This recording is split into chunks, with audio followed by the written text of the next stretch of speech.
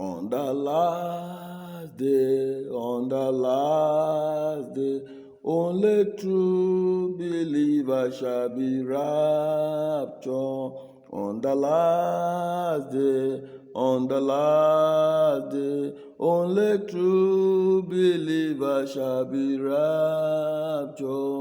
On the last day, only true believers shall be raptured.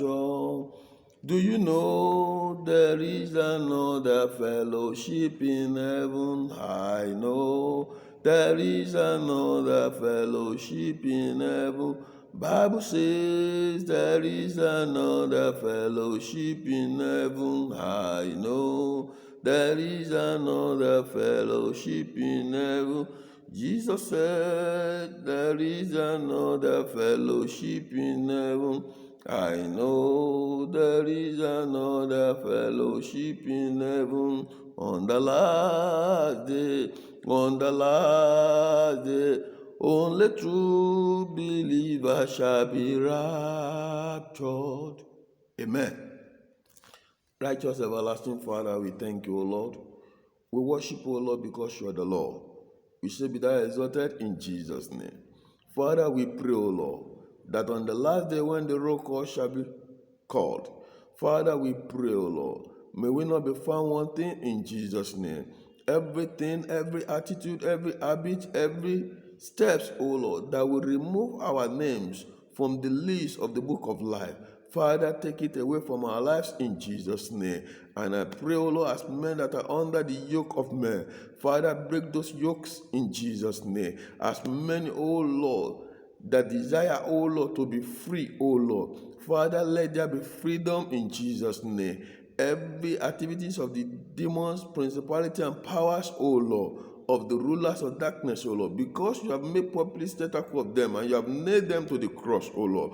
Father, let such power, O Lord, be disgraced in Jesus' name. I pray for your children, O Lord, as men, O Lord, who are seeking your face, O Lord, for blessing. As men that are seeking your face, O Lord, for one thing or the other, O Lord, you make us to understand that you will supply our needs according to your riches. Father, do so in Jesus' name.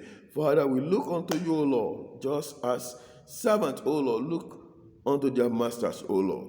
Father, as many that put our trust in you, O Lord, I pray this year, O Lord, they will not be disappointed in Jesus' name. We are in the month of praise, O Lord. Let things of joy, let things of praise, let things that brings honor to your name and glory to your people, O Lord, let it happen in each home and in each lives in Jesus' name. Thank you, Heavenly Father. Lord, we want to hear your word. Let your word bring us closer to you, and let our life, O Lord, not remain the same, O Lord. All glory be unto you, O Lord, now and forevermore. Amen. I want to thank each and every one of you for your constant cooperation. I pray wherever your children will get to, the Lord will reward them in Jesus' name. The blessings of God will be upon them. The favor of God will be upon them. And as for you, whatever you lay your hands upon, just like a tree planted by the stream side, you will continue to flourish in Jesus' name. Thank you. God bless you. As you listen, I pray, may you be blessed in Jesus' name. Today, we'll be looking at the topic that says, do you know the truth? I repeat again, do you know the truth? That is the topic which we want to consider. And we'll be looking at the word of God from the book of John, chapter 18. I will read from verses 33 to 38. This is what the word of God says. John from verse 18 from verse 33.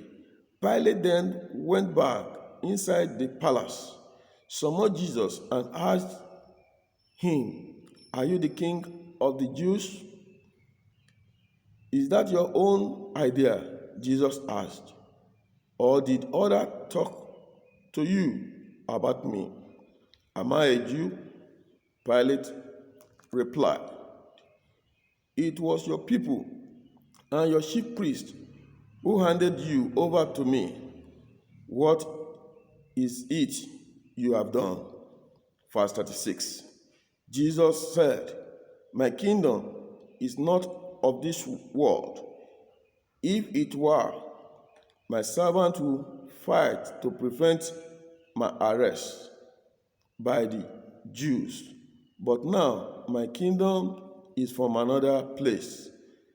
You are a king. Then said Pilate. Jesus answered, you are right in saying I am a king. In fact, for this reason I was born, and for this I came into the world, to testify to the truth. Everyone on the side of truth listening to me. Verse 38, where I'm going to stop. What is truth? Pilate asked.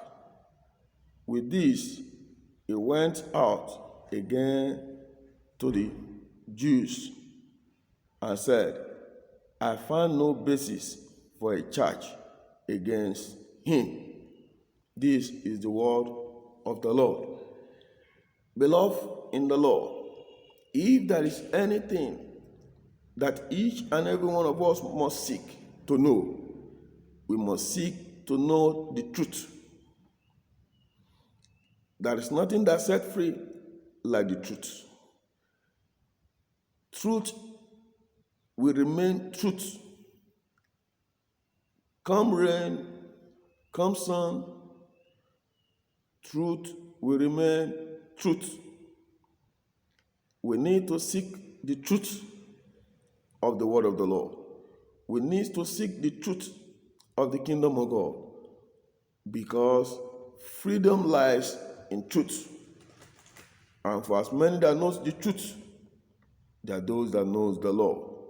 Because in the book of John chapter 14 verse 6, Jesus emphasized that I am the way, the truth, and the life, and no one can come to the Father except through me.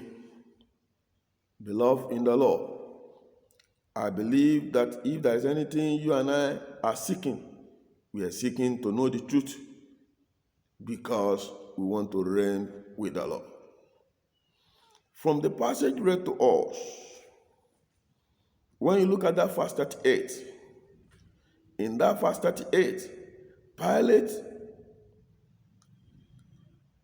was asking himself, what is truth?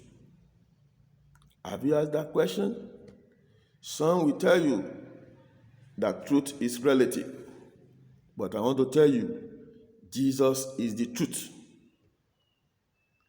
Jesus is the truth that you and I need to know. From the passage, you will understand that is a passage that relates with the trial and interrogation of Jesus Christ, our Lord. When Pilate was interrogating Jesus just to find out what are the offenses he has committed, so that he might condemn him or he might judge him. But from there, Jesus revealed some basic things unto him. Truth, eternal truth. Beloved in the Lord, may I ask you this question? Do you know the purpose of your existence? Do you know the purpose why you are a Christian? Do you know the purpose why the Lord has given you that gift, that grace, that ability? Have you discovered that purpose? If there is any truth that you and I need to discover in life, we need to discover the truth of our existence, the purpose why we are created. That is one truth that you can know to have a fulfillment in life. During this passage of the scripture, or in the interrogation that went by, one thing that Pilate wanted to know, and which Pilate was asking Jesus in that verse 33, are you the king of the Jews? Beloved in the Lord.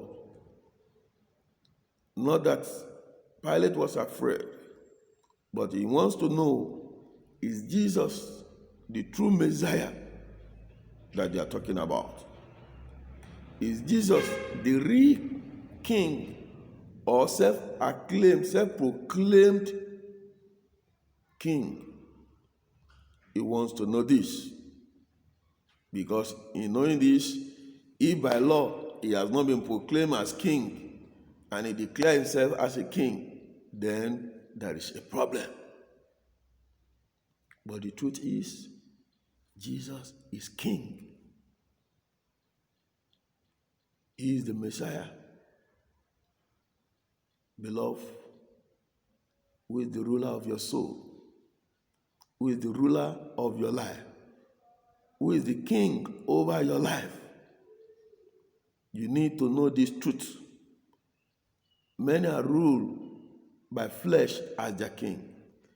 Many are ruled by circumstance as their king. Many are ruled by experience as their king. And many are ruled by their thoughts and by what they are seeing. But beloved in the Lord, if Jesus will be anything over your life, over my life, the truth is that he must become your king. He must rule over your life. No wonder in Psalm 23 verse 1, the shepherd or David emphasized, the Lord is my shepherd. That is, the Lord is the controller of my life. Is God the controller of your own life? This question is being asked. But Jesus revealed some truth which you and I need to consider. Apart from identifying who is the king of your life, the second thing I want you to know, or the second question you and I need to ask ourselves, which kingdom do I belong? Which kingdom do I belong? Where you belong is very, very important. In verse 36 of that passage, Jesus said, my kingdom is not of this world. My kingdom is not of this world. Paul emphasized that though we are in the world, that we have dual citizenship. Jesus, in talking to his disciples, made them to understand that though they are in this world, they are not of the world. Beloved in the Lord, which kingdom do you belong? Pilate assumed Christ to be king of the Jews. That is why in verse 35, he enumerated to Jesus that he is not a Jew, but it was his own people, that is his subjects and his chief priest. They are the one who handed him over to him. But Jesus is saying he is not of this world. His kingdom is not of this world. Beloved in the Lord, you and I, we need to ask ourselves, which kingdom do I belong? Many are of the world, and everything in the world will perish one day. Beloved, I want to ask you, which kingdom do you belong? Do you belong to the kingdom of God, or you belong to the kingdom of this world? where you belong matter. Jesus made them to understand that I did not belong to this world. In that verse, I see that his kingdom is from another place. He belongs to a kingdom that abides forever. Every kingdom that exists in this world, the student of history will tell you, every empire, every kingdom that exists, many of them passed away. But there is a kingdom that abides forever, and that is the kingdom of God. Do you belong to the kingdom of God? Are you a child of the kingdom? One thing, or let me say 3 things you and I need to know that will be an evidence, or that will be feasible in the life of anyone that belongs to the kingdom of God.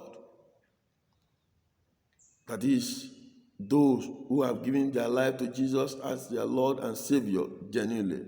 Those who have professed Him to be their God. Those that belong to the kingdom of God, there are some features you will see in their life that relate to that which Christ is exhibiting when He was here on earth.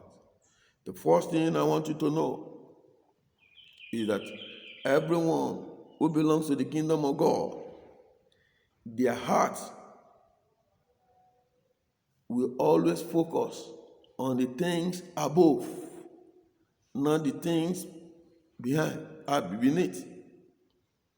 Things that are above, the heavenly things, and not the earthly things.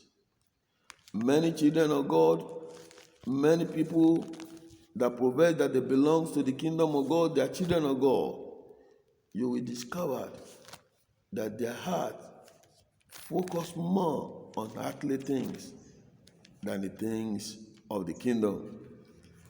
Let me read a passage unto you to affirm what I'm saying. Bible makes us understand in the book of Philippians, chapter 3. Let me read from verse 18. For as I have often told you before, and now say again with tears, many live as enemy of the cross of Christ. Their destiny is destruction. Their God is their stomach, and their glory is in their shame. Their mind is on earthly things, but our citizenship is in heaven. That is verse 20. And we eagerly await a Savior from there, the Lord Jesus Christ. Our citizenship is in heaven. Do not hold on to the things of this world as if you are going to hold on to it forever. Let your heart focus on heaven, on the things above. This world is not my own. This world is not my own. This world is not my own. I'm going very soon. This world is not my own. This world is not your own. Focus on where you are going. In the book of Colossians, chapter 3, when you look at verse 1 and 2, since then you have been raised with Christ. Set your heart on the things above, where Christ is seated on the right hand of God. Set your mind on the things above, not on earthly things. Not on earthly things, beloved. I plead with you. The kingdom of the world is not yours. The kingdom of heaven belongs to the people of God. Set your heart on the things above. The second thing I found in the scripture is that everyone who belongs to that kingdom they live a lifestyle of that kingdom. Jesus Christ did not belong to this world. He said that if I belong to this world, my servants, in that verse 36, they will have prevent my arrest. But because he did not belong to this place, and which is the truth, you too do not belong to this place. If you have given your life to Jesus, you belong to his kingdom. So walk on how to get to that kingdom. Those who belong to that kingdom, they live a lifestyle of the kingdom. That is a kingdom lifestyle.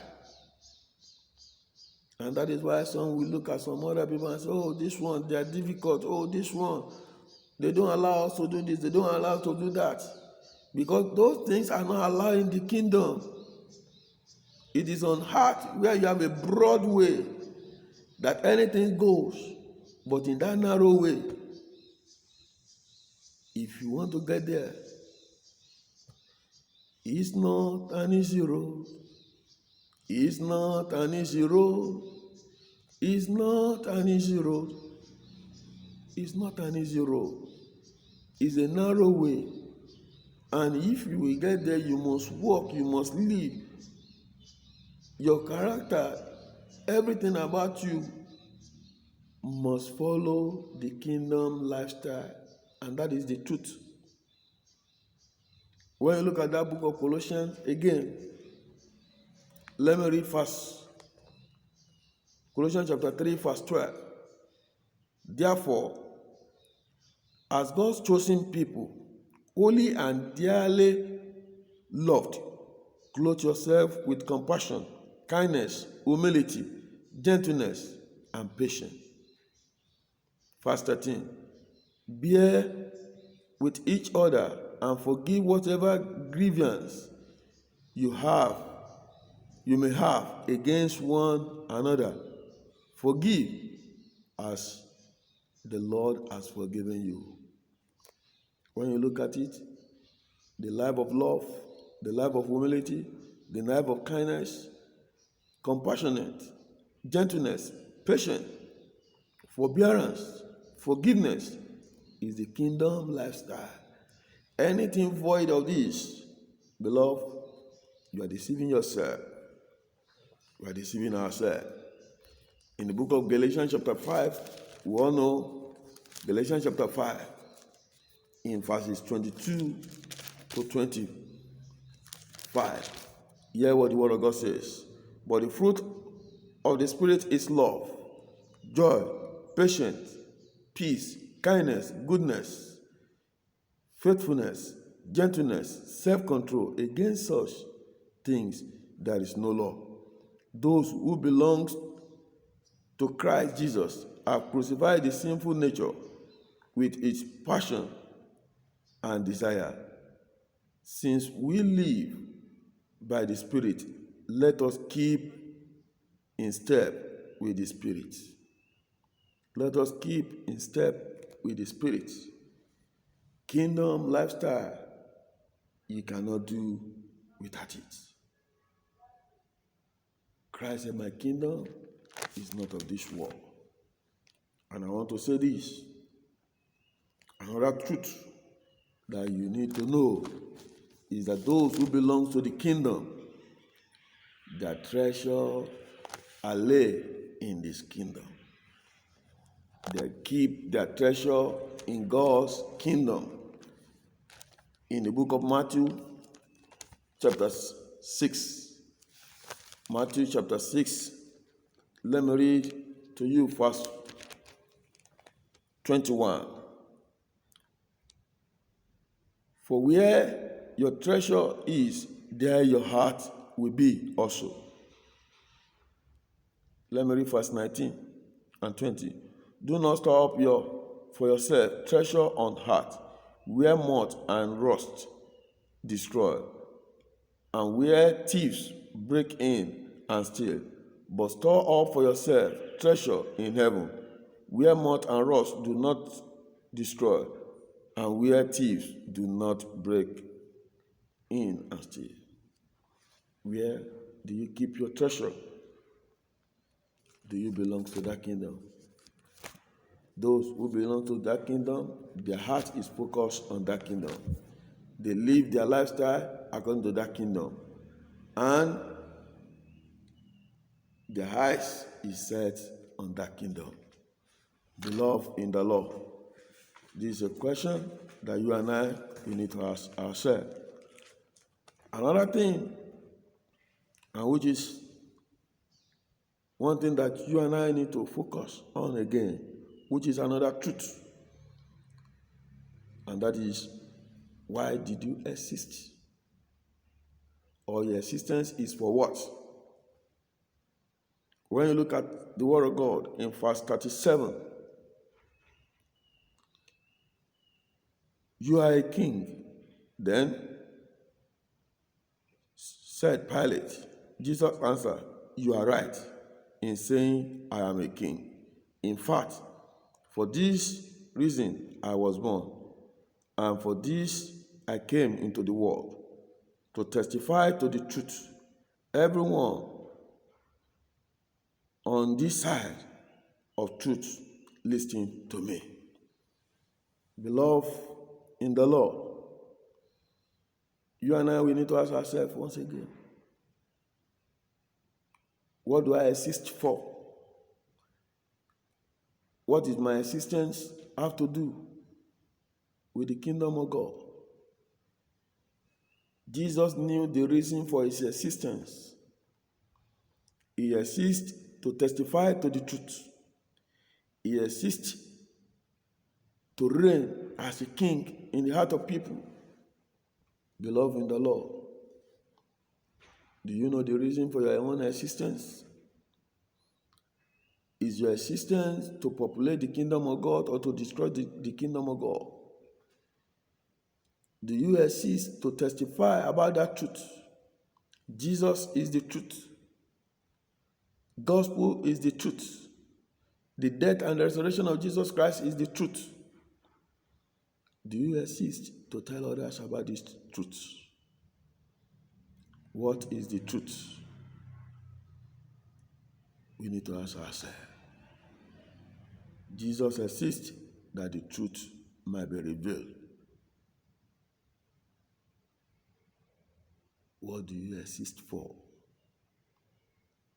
Do you know the purpose why God has created you? Do you know the purpose why God has given you every opportunity, even to live, to exist, to be where you are, and to be doing what you are doing? Do you know? This is a question that we need to ask ourselves. Jesus declared that for this purpose I have come. You're being born again. You're coming to the kingdom of God.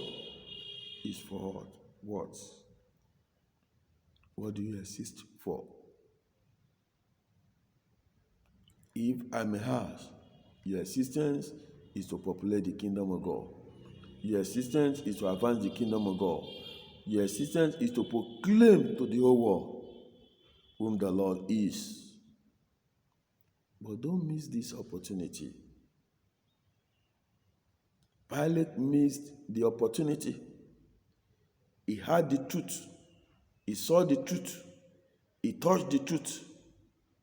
But he never accepted the truth. Many don't accept the truth today. They hear the word of God. They hear the mindset of God. But they never accept the truth. Are you going to accept the truth? That Jesus Christ died and resurrected because of you. Are you going to accept the truth? That God is faithful. That if you confess your sin and forsake it, you will receive mercy. Are you going to accept the truth? That Jesus is the only way that leads to eternity. If you don't accept this truth, there is no other truth that will come your way. But either we accept the truth or not, One thing is certain. One day, judgment will come. And you stand before the throne of God to receive the judgment of God. On that day, will you be permitted to go into the kingdom of God or to go away from the kingdom of God? What is the truth? Jesus said, I am the way, the truth, and the life. So please, I'm pleading with you, accept the truth. Obey the truth. Follow the truth. Practice the truth. And it shall be well with you in Jesus' name. Let us pray. If you are here, if you know you have deviated from the truth and you want to come back onto the truth, this is another opportunity. Or you want to accept that truth, which is Jesus Christ, this is another opportunity. Or you are saying, Lord, give me grace to continue in this truth. I want to pray with you. Righteous, everlasting Father, you know the heart of each and every one of these one. You know their decisions. Father, as many that are saying, Lord, I want to come back to the way of truth, Lord, accept them. As many that are saying, Lord, I want to accept the truth, Lord, accept them. Lord, as many that are saying, Lord, give me the grace to abide and to continue in truth, Lord, grant that grace, O Lord. Thank you, O Lord, because you are God. As we go this week, let our life be blessed. Let our home be blessed. Everything that concerneth us, O Lord, let it be blessed. And let your name alone be glorified. In Jesus' name we pray. Amen. Know that Jesus is the truth. He loves you. I love you.